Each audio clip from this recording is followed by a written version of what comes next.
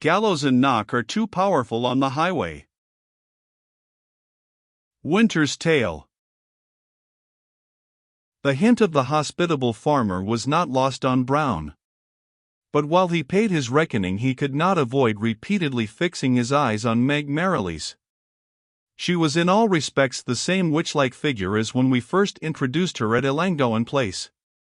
Time had grizzled her raven locks and added wrinkles to her wild features, but her height remained erect, and her activity was unimpaired. It was remarked of this woman, as of others of the same description, that a life of action, though not of labor, gave her the perfect command of her limbs and figure, so that the attitudes into which she most naturally threw herself were free, unconstrained, and picturesque. At present she stood by the window of the cottage, her person drawn up so as to show to full advantage her masculine stature, and her head somewhat thrown back, that the large bonnet with which her face was shrouded might not interrupt her steady gaze at Brown.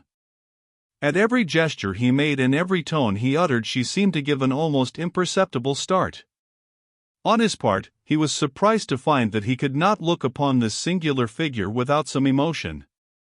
"Have I dreamed of such a figure?" he said to himself, "or does this wild and singular-looking woman recall to my recollection some of the strange figures I have seen in our Indian pagodas?"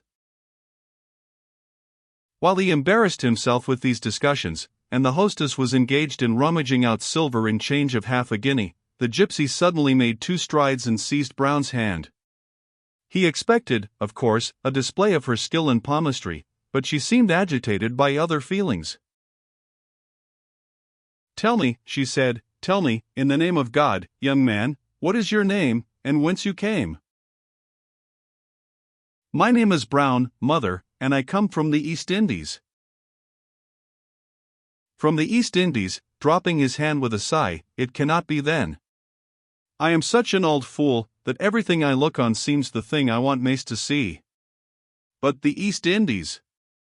That cannot be. Will, be what ye will, ye hae a face and a tongue that puts me in mind of old times. Good day, make haste on your road, and if ye see ony of our folk, meddle not and make not, and they'll do ye nae harm." Brown, who had by this time received his change, put a shilling into her hand, bade his hostess farewell, and, taking the route which the farmer had gone before, walked briskly on, with the advantage of being guided by the fresh hoof-prints of his horse. Meg Merrilies looked after him for some time, and then muttered to herself, "I'm on see that lad again, and I'm on gang back to Ellangowan too. The laird's dead. Aweel, death pays a scores, he was a kind man ance. The sheriff's flitted, and I can keep canny in the bush, so there's no muckle hazard o' scouring the crampring. I would like to see bonny Ellangowan again or I die." Brown meanwhile proceeded northward at a round pace along the moorish tract called the Waste of Cumberland. He passed a solitary house, towards which the horseman who preceded him had apparently turned up, for his horse's tread was evident in that direction. A little farther, he seemed to have returned again into the road. Mr. Dinmont had probably made a visit there either of business or pleasure. "I wish," thought Brown, "the good farmer had stayed till I came up. I should not have been sorry to ask him a few questions about the road, which seems to grow wilder and wilder." In truth, nature, as if she had designed this tract of country to be the barrier between 2 hostile nations, has stamped upon it a character of wildness and desolation. The hills are neither high nor rocky, but the land is all heath and morass, the huts poor and mean, and at a great distance from each other. Immediately around them there is generally some little attempt at cultivation, but a half-bred foal or 2, straggling about with shackles on their hind legs, to save the trouble of enclosures, intimate the farmer's chief resource to be the breeding of horses. The people, too, are of a ruder and more inhospitable class than are elsewhere to be found in Cumberland, arising partly from their own habits, partly from their intermixture with vagrants and criminals, who make this wild country a refuge from justice. So much were the men of these districts in early times the objects of suspicion and dislike to their more polished neighbors, that there was, and perhaps still exists, a by-law of the Corporation of Newcastle prohibiting any freeman of that city to take for apprentice a native of certain of these dales. It is pithily said, "Give a dog an ill name and hang him," and it may be added, if you give a man, or race of men, an ill name they are very likely to do something that deserves hanging. Of this Brown had heard something, and suspected more, from the discourse between the landlady, Dinmont, and the gypsy, but he was naturally of a fearless disposition, had nothing about him that could tempt the spoiler, and trusted to get through the waste with daylight.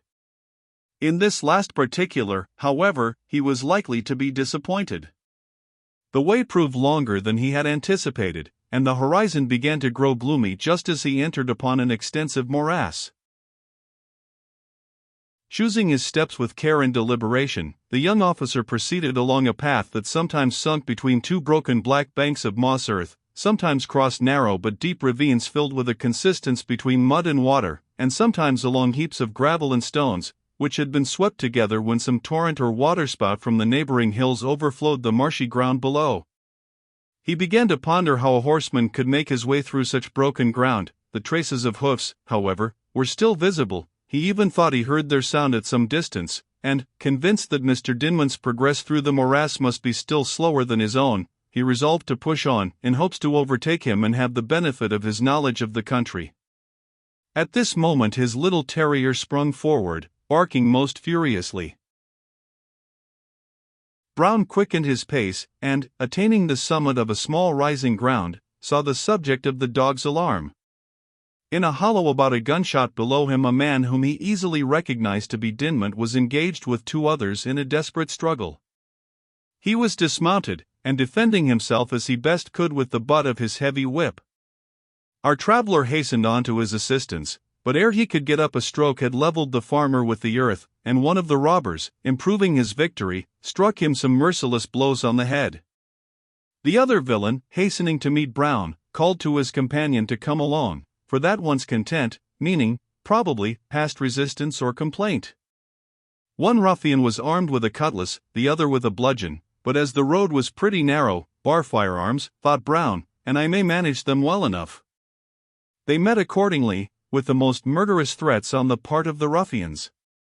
They soon found, however, that their new opponent was equally stout and resolute, and, after exchanging 2 or 3 blows, one of them told him to follow his nose over the heath, in the devil's name, for they had nothing to say to him. Brown rejected this composition as leaving to their mercy the unfortunate man whom they were about to pillage, if not to murder outright, and the skirmish had just recommenced when Dinmont unexpectedly recovered his senses, his feet, and his weapon, and hastened to the scene of action.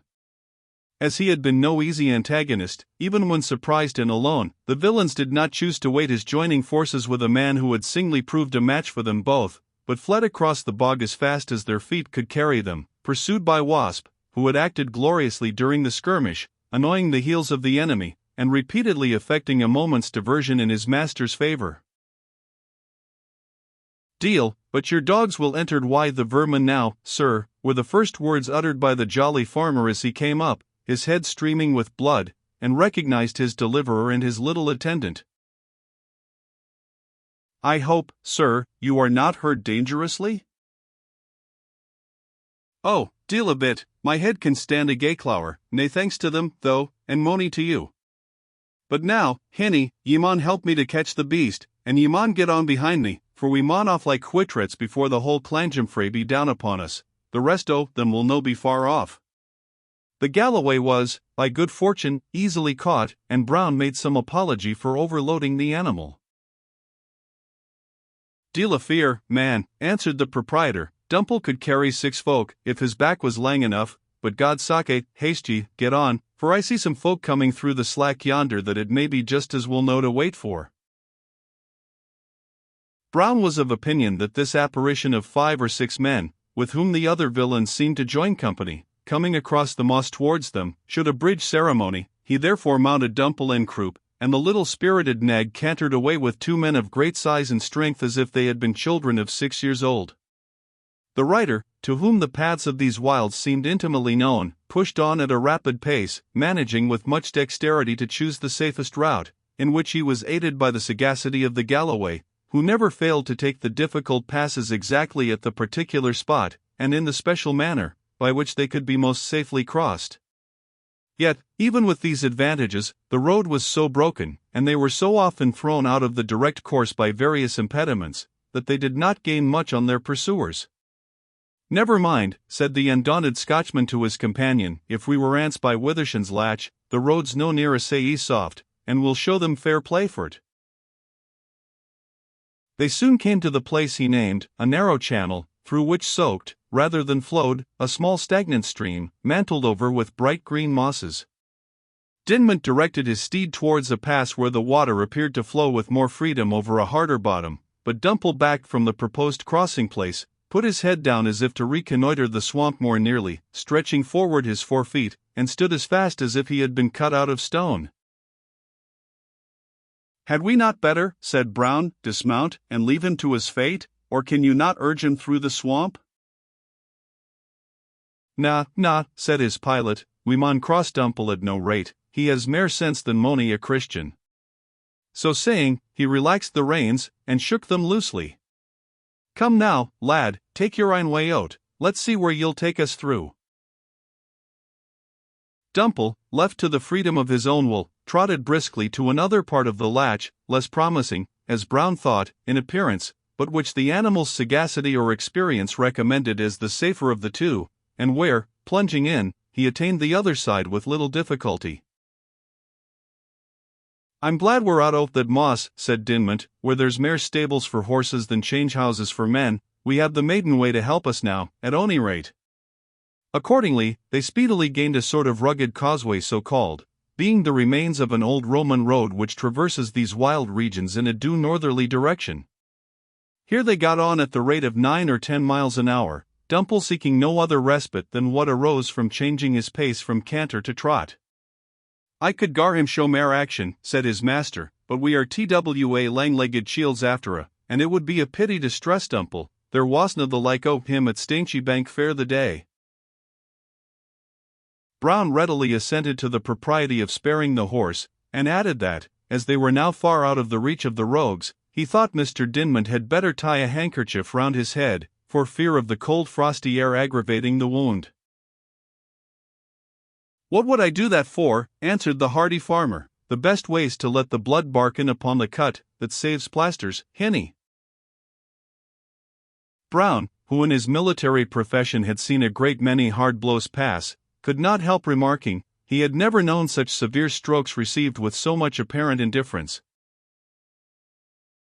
"Hout tout, man!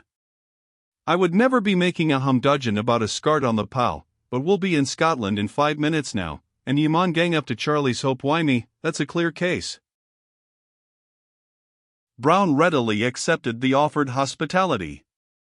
Night was now falling when they came in sight of a pretty river winding its way through a pastoral country.